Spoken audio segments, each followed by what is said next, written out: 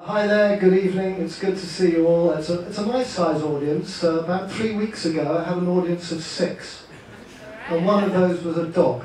And it got worse because the dog left, but the dog then came back again. I'm chairman of the Shark Trust and of the Shark Conservation Society. They're both unpaid positions, so really I should be an eccentric millionaire. I qualify on the eccentric, but not on the millionaire, so I'm really delighted that the drinks tonight are free. I wrote this on the train, so you have to bear with me. I'm into sharks. That's all I do, that's all I think about, that's all I've done and thought about for donkey's years. My first shark memory, I think there's something that hooks all of us in life, isn't there? And my first shark memory was, I was about 8, I guess. I was at the boarding school. I went out to Kuwait for a school holiday, and I'd been looking forward all term to swimming. I was in Cornwall at the time. I'd been looking forward all term to swimming in the warm waters off Kuwait. And the first thing I was told was I couldn't, because there had been a shark attack. So I spent the whole of the holiday sitting on the garden wall, staring at the sea, dying for someone to go swimming, and praying for a fin to go shh, got him. And nothing happened. I mean, kids are like that, aren't they? I mean, we're pretty horrible as kids, but I went back a disappointed boy. But I was absolutely hooked on sharks. And now I spend all my time trying to save these animals from ending up in bowls of soup. For the sake of bowls of soup, we're pushing these animals towards extinction. And remember, extinct is forever. There's no coming back. Extinct is forever. Sharks have been around on our planet in one form or another for around 400 million years. By comparison, man has been here 10 minutes. So there's something wrong about that as far as I'm concerned. At the present rate of overfishing, many shark species are facing imminent extinction in certain parts of the world. I'm often asked, does it matter? Why don't we let all the sharks be killed? After all, they attack people, they bite people. Who needs sharks anyway? And my answer is, of course it matters. And it matters for 3 reasons. The first is self-interest. Now that's pretty good. Mankind is pretty good at self-interest. And the reason it matters in terms of self-interest is because sharks are apex predators. They're the top of the food chain. We need proper working food chains in the ocean ecosystems to keep oceans healthy and in balance. So take the sharks away and we don't quite know what kind of an ocean we're going to end up with if the food chains rebalance themselves. And secondly, there's the moral aspect. As I said earlier, is it really right that man who's been here 5 minutes should be wiping out one of the world's oldest inhabitants, mostly for the sake of rather tasteless soup? And another reason is the cruelty. I've seen sharks being finned. In a minute I'm going to show you a film that shows sharks being finned. That means the cutting off of a part of their body while they're still alive.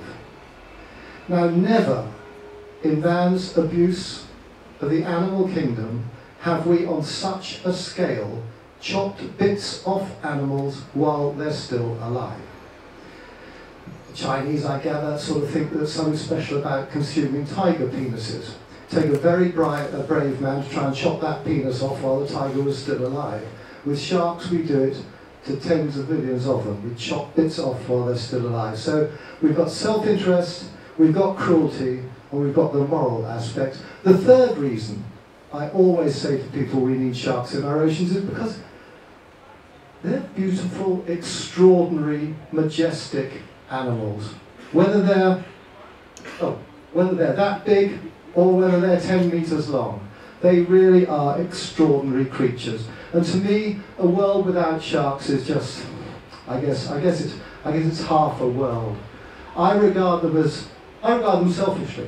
I regard them as having been put there for me to enjoy. And I'd be really devastated if I couldn't go swimming with sharks. So that's a selfish thing, I guess. It's been mentioned earlier, the reason sharks are being pushed as far as they are and overfished as far as they are is mostly to fuel the fin trade.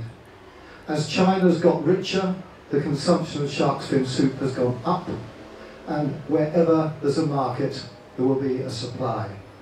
The best research on this subject was done by Dr. Shelley Clark, and it's a very difficult subject. Shelley estimates the fins of anything between 24 and 72 million sharks a year are ending up in the fin trade.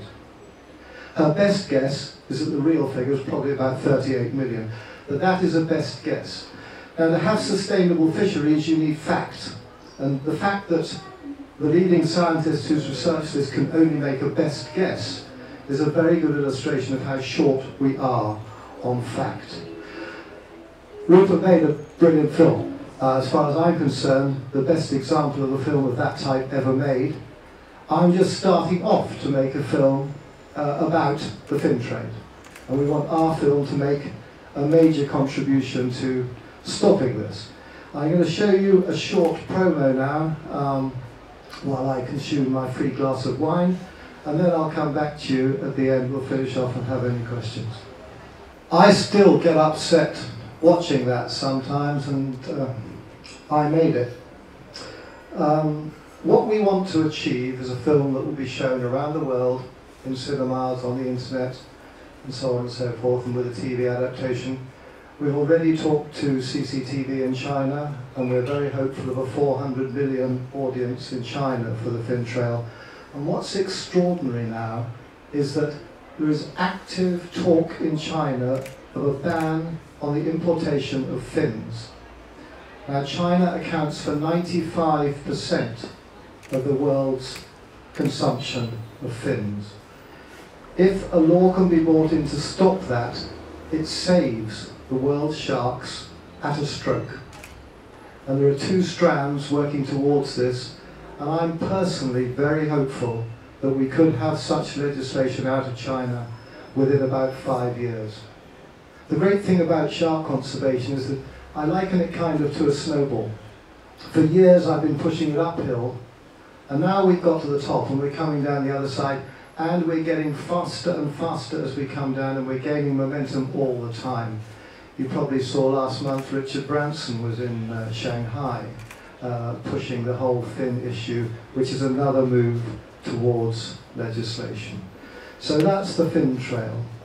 Now, the fin trail is being made for audiences all over the world, but let's bring our ocean focus closer to home. I'm always amazed, and I do a lot of work in schools, and I'm always amazed by talking to young people. They're quite extraordinary. Actually, I've got to tell you, I find them totally terrifying. You look out at a class of sort of 8, 9-year-olds, and you don't know what's going to come next.